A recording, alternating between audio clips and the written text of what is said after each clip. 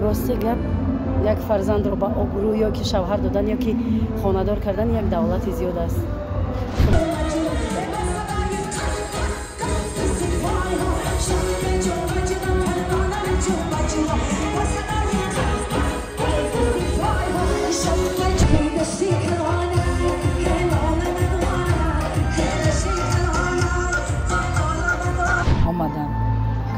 کدامی که نیومدن خیلی فهمیدم که قدر نکردن.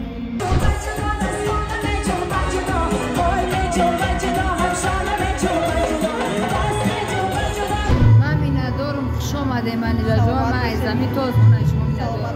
کسانی که برای گرانیسه گذاشتن گرانیسه بوارینوک میگفت مرحمت اکای بخه که طول چندین سال رکلامش میکنیم تا این روزا یگان شکایت شدگی نیست. هر ویدیو پس اچوتی که مردم میره میاد در کانال میروپرو در ویدیو گذاشته میشود.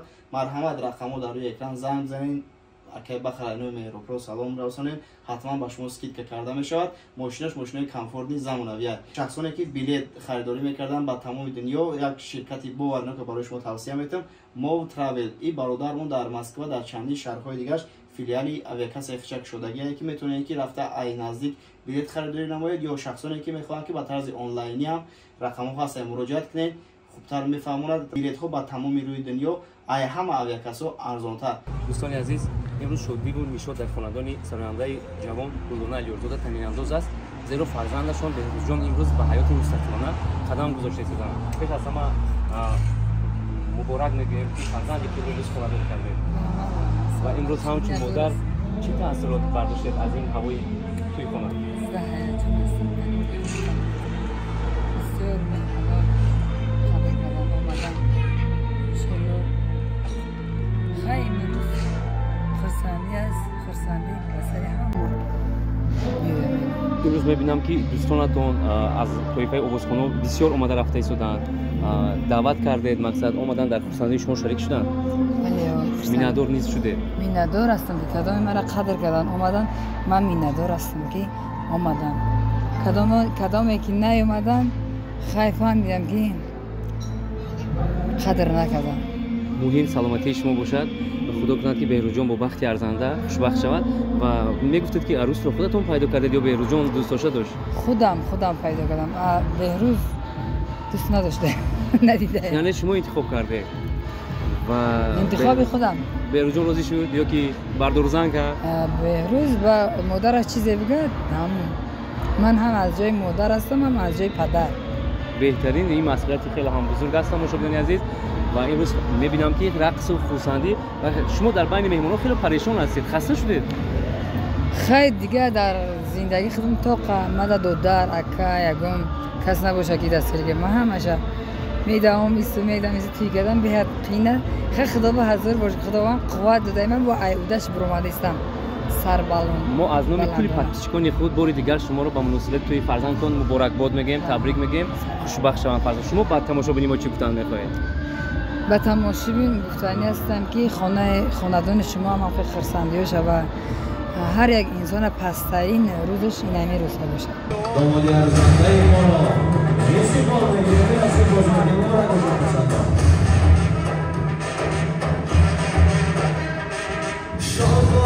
شاد آمد عروس و داماد آمد شاد آمد عروس و داماد آمد جان در بری شاد آمد عروس و داماد آمد ای جان در بری جان آمد شیرین و فرهاد آمد شاد آمد عروس و داماد آمد جان در بری جان آمد شیرین و فرهاد آمد